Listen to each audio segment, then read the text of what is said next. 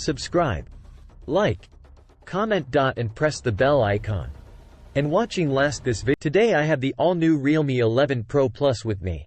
Realme's number series has always been quite popular, and the Realme 11 Pro Plus aims to continue that trend. However, with a slightly higher price tag, it's entering a crowded space in the 30,000 price range. Today, we'll unbox this device.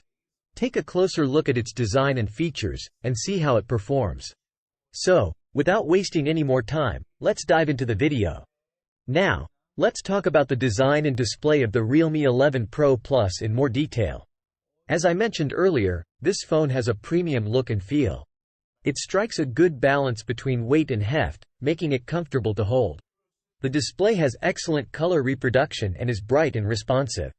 It's not an LTPO screen like flagship phones, but it still offers 10-bit colors, supports HDR10+, and features PWM dimming at 2160 Hz. The slight curves on the display give it a more expensive look, although I'm not usually a fan of curved designs. In this case, the curves haven't been a big issue for me. Moving on to performance, this is where the Realme 11 Pro Plus falls a bit short. It comes with the Dimensity 7050 chipset, which, despite being a new chipset from MediaTek, offers similar performance to its predecessor, the Dimensity 1080. Playing heavy games like PUBG or Genshin Impact on the Realme 11 Pro Plus yields similar FPS and stability as the Realme 10 Pro Plus. General everyday performance also feels pretty much the same. Realme could have provided a slightly more powerful chipset considering the competition in the 30,000 price range. Phones like the Poco F5, Moto H40, and even the Lava Agni 2 offer better performance at a similar price point.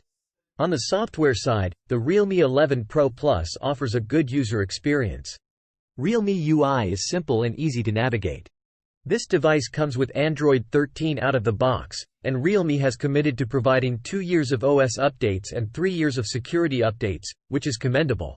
However, like most phones, there are a few pre-installed apps that you might want to remove, although Realme allows uninstalling 80% of them.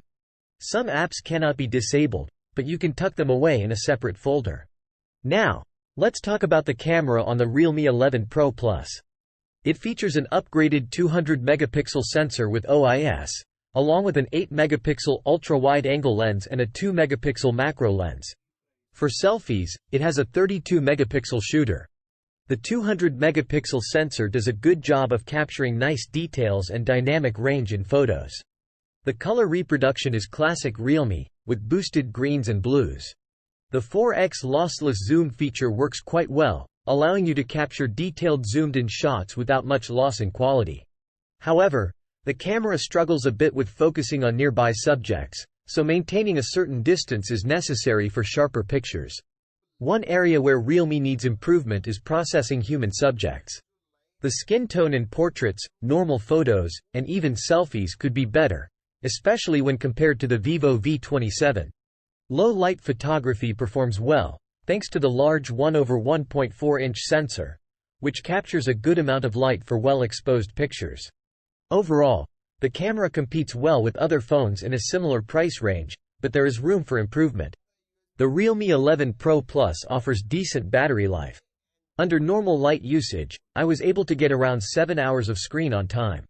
Even with gaming and camera tests, it lasted for about 6 hours, which is good enough to last a full day. Additionally, the phone supports fast charging with a 100-watt charger included in the box. It takes around 35 minutes to fully charge the phone, and the charger doesn't generate excessive heat during charging. To conclude, the Realme 11 Pro Plus has impressed me in several aspects. It boasts a premium design, a great display, and good haptics. However, it falls short in terms of performance, as the chipset choice doesn't offer a significant upgrade over its predecessor. The camera performance is generally good, but there is room for improvement, especially in processing human subjects and video quality. Overall, the Realme 11 Pro Plus is a solid offering, but considering the competition in the 30,000 price range, it faces stiff competition from phones like the Poco F5 and Moto H40. That's all for my unboxing and review of the all-new Realme 11 Pro Plus. Remember, this review unit was sent to us by Realme themselves, but the company had no editorial input in our review whatsoever. Thanks so much for watching, and I'm Pratham Adhikari.